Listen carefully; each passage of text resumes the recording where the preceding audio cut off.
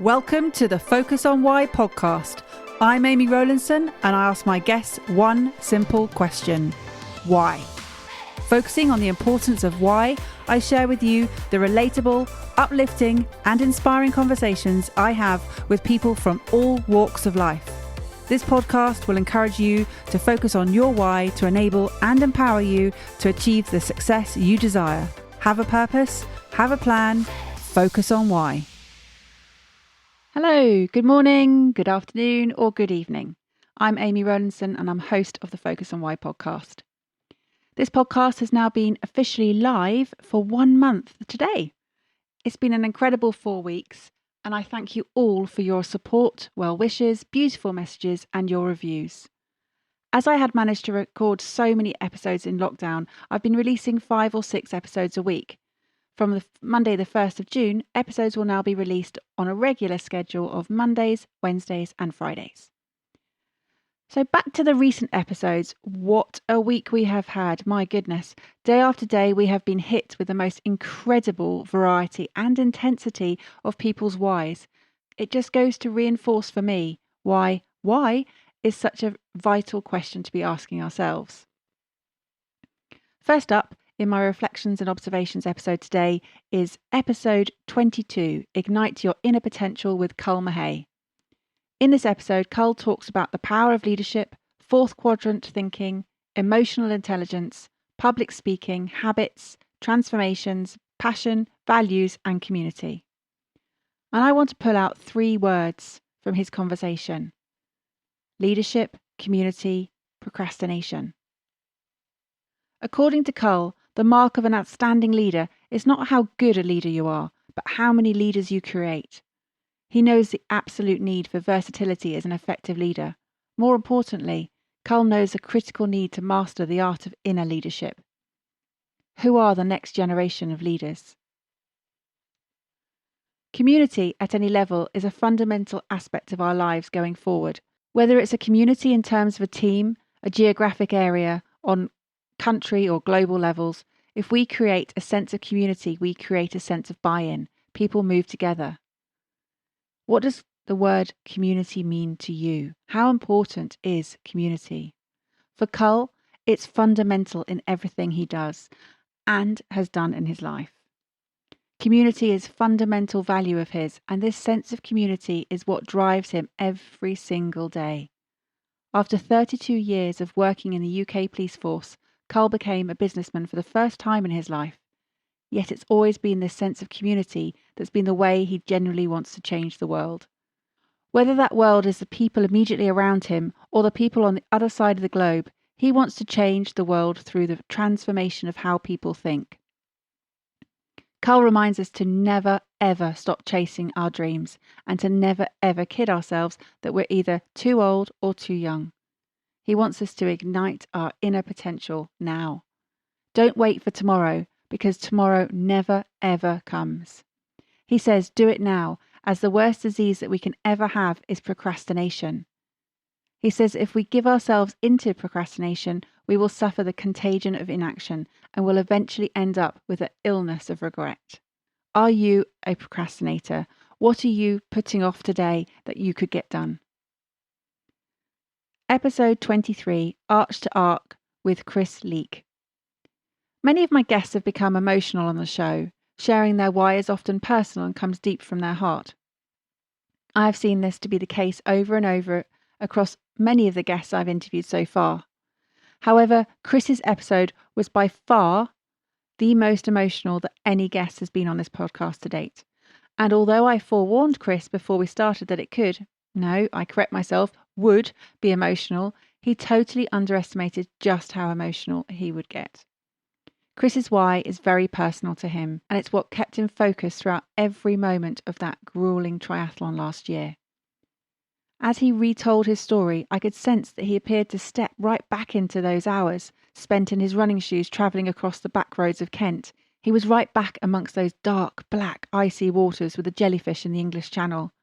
He managed to pause for a moment while he shared that special sunset on the beach with his wife and team, and then was whisked straight back onto his bike, feeling the wind in his face as he pedalled across the French landscape to his final destination.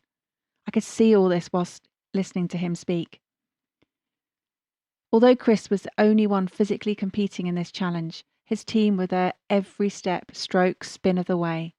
Describing the journey, I believed I was on that boat, myself having his goggles thrown at me.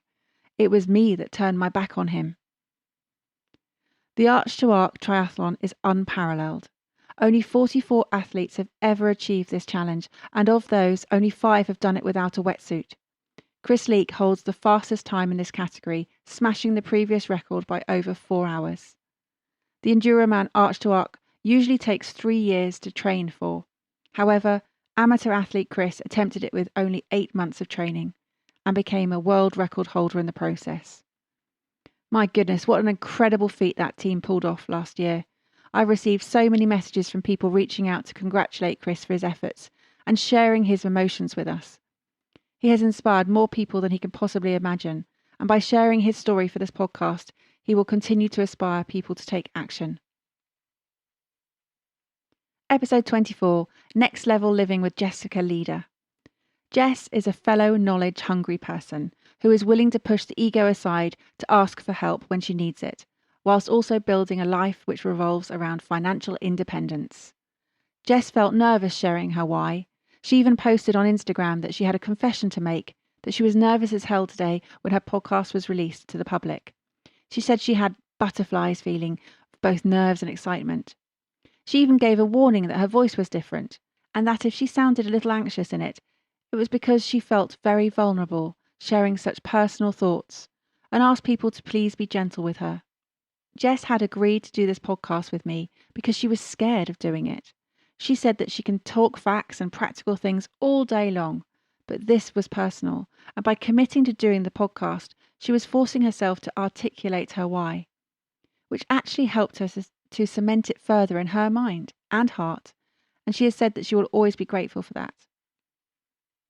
Jess has realised that by opening up and sharing, she is connected with people on a new level, or as she Jess, on the next level. After all, Next Level Living is the name of her company. This has been a common reaction for a lot of the guests, either in their preparation to come on the podcast, talking about their why during the recording, or actually reflecting after the recording. There has been a lot of action taking, consolidation of thoughts and emotions being observed. Again, a lot of people have reached out directly on social media and said that they really resonated with a lot of what Jess said on her podcast. She was talking their language, they said. I cannot say how reassuring that it is to hear, and if I needed a reason why this podcast needed to be out there, these messages validate that for me 100%. Jess didn't think that anyone would be interested in her story. How wrong she was.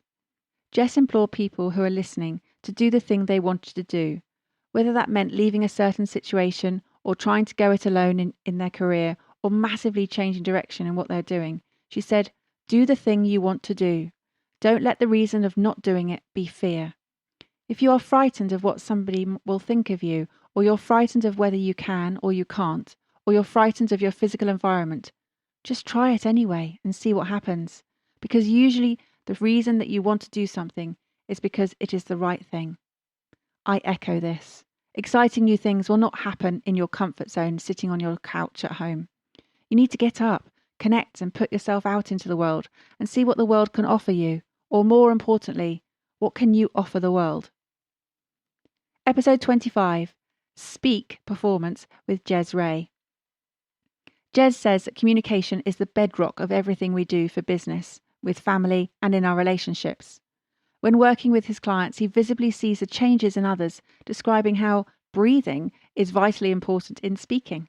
Simple breathing techniques make visible and palpable differences, and these may appear as marginal gains, but as we know, every 1% adds up. It reminds me of something that Sir Dave Brailsford, CBE, adopted in the GB cycling team. He found a whole raft of minor adjustments or marginal gains that he could make to the team, and through his relentless commitment to every element of the cycling setup. Identifying hundreds of tiny improvements, they all compounded to transform the British cycling team performance, to dominate the Olympics in Beijing and London, winning 178 World Championships, 66 Olympic or Paralympic gold medals, and 5 Tour de France victories across a 10-year period. The moral of the story here is, Don't underestimate the little changes you can make, as they all add up. Ges reminds us we only have a couple of seconds to make that first impression. Make every second count. Make an effort to put on your game face and be prepared. I love Ges's breadcrumbing metaphor for his advice on how to present and in our use of storytelling. He asked if we would throw the entire loaf at a bird and expect them to walk fit. No, of course we wouldn't. We would break it into little crumbs and feed it so the bird could enjoy it and take it on board piece by piece. Transport this metaphor into feeding messages to our audience. If you chuck them the whole loaf of knowledge right at the outset, you overload them with information. Ges says we need to break it up into little sections, create the story, and use storytelling to help them to understand what you want them to hear. Piece by piece, breadcrumb by breadcrumb. Please don't hit people with loaves anymore. Brilliant advice, and hopefully no more birds will be harmed in the process of poor presentations in the future. Episode 26, Elevate, Empowering Potential with Shinnel Paris. Shinnel has a passion for helping young people, and she wants to challenge the unconscious bias and challenge the status quo that is embedded for some reason in our education system. Shinnel says, I have to uplift the students because at the end of the day, they're our future. Kids are the most important beings on the planet, so we need to give them everything, all the opportunities possible. In life, I believe there are two types of people. Those who carry on day in, day out and accept the way life rolls, believing they can't change what happens to them. And then there are those who refuse to accept the status quo and take action to make the changes needed, living with a strong purpose and a strong why. This is the camp that Shinnel sits in. Shinnel does not want to fail her students anymore, and she is going all the way back to see what she can do to stop the problems she has identified from happening in the first place. She is building a foundation from which these children can thrive. Shinnel reaches out to the audience to check that if you've been told by a teacher or by anyone you've been in contact with that you're not able or not capable or you're not going to be anything in life, she wants you to hear her that you should absolutely disregard that. You are absolutely capable and able to be successful in life.